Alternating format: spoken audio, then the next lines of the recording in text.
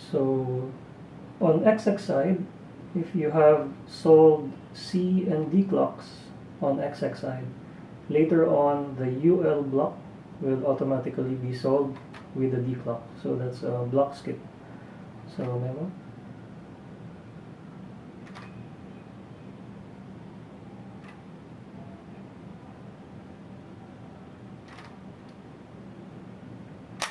So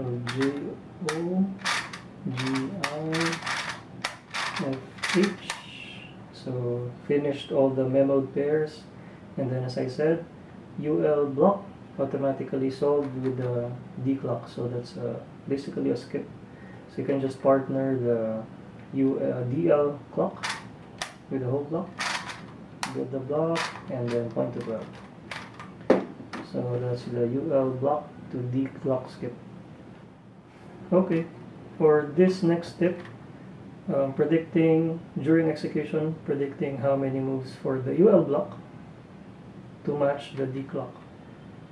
So on Exec side, you just need to look at how many moves for the C clock to match the D clock. In this case, this is Exec side. 2 moves for C to match the D clock.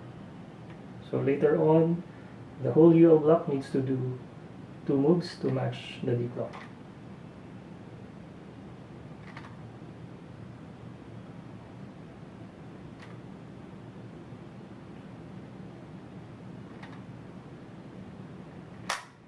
So KG, KG, JH.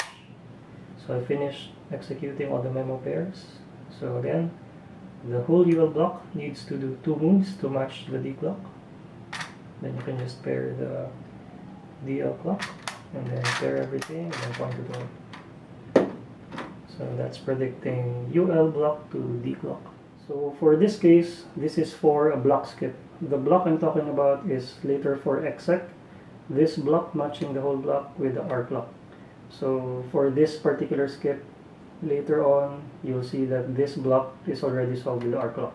If you have a case like this, where the D clock is solved with the R clock, if you put this on your Exec side, you'll see that the block later is already solved with this clock.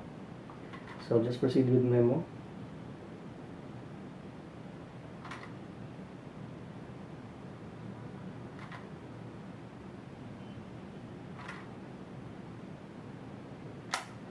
So H, F, J, C, J, C, and then you see that these 2 are solved. So when you partner this with this clock and then you partner this with this, you skip partnering the whole block with the R clock. So you just need to partner the DR clock and then solve to 12. So that's the block skip. You can still predict how many moves the whole block needs to do to match the R clock just by looking at execution side, how many moves from the D clock to the R clock. So D to R clock needs to do -2 moves. So later on, the whole block needs to do -2 moves to match the R clock during the block building part. So let me just memo.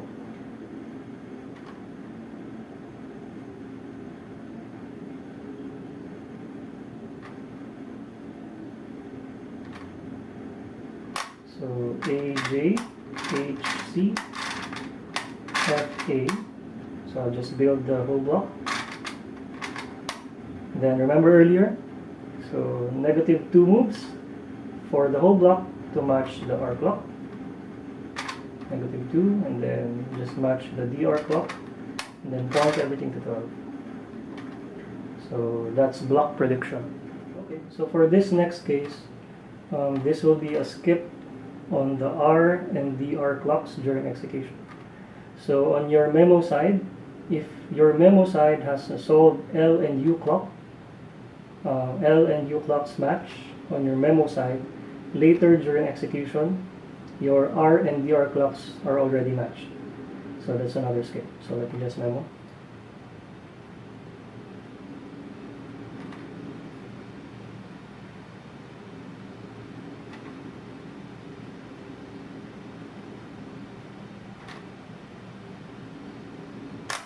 So KI, CA, and then CD.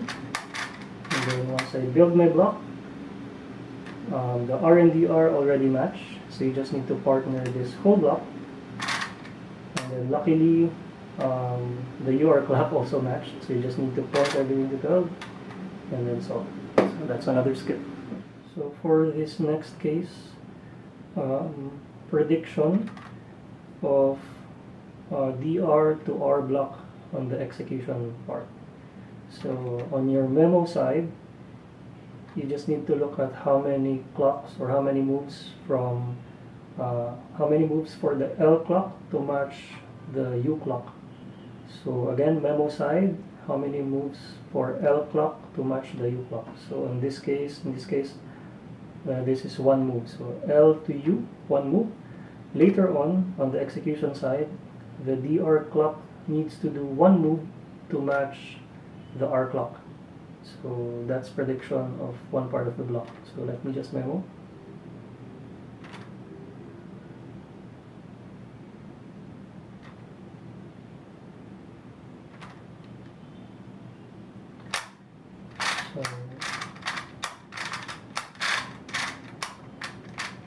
Okay, so as I said earlier, so one move for DR clock to match the R clock.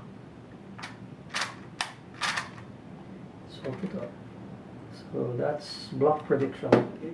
So for this next case, I'm going to show how you can predict the last step, which is pointing the UR clock to 12 during the execution. So on your memo phase or memo side, if you have a straight line solved, meaning it's like an extended M1 is solved, as well as the U clock, this is a straight line. If you put this on memo side, during execution, your UR clock, which is the last step, is already pointed to 12. So when you finish all your block building, the UR clock is already pointed to 12, so it's a skip. So it might be a minor skip, but it's still a skip, so it's good to take note of, especially with memos like this, wherein M1 is solved and the U clock matches, so it's like a straight line. So let me just memo.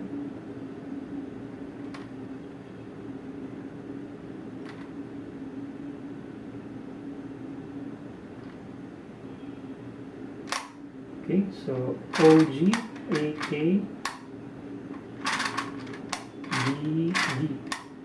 And then when I do my blocks, this UR clock will automatically point to 12. So I just need to match the whole thing and then point to 12.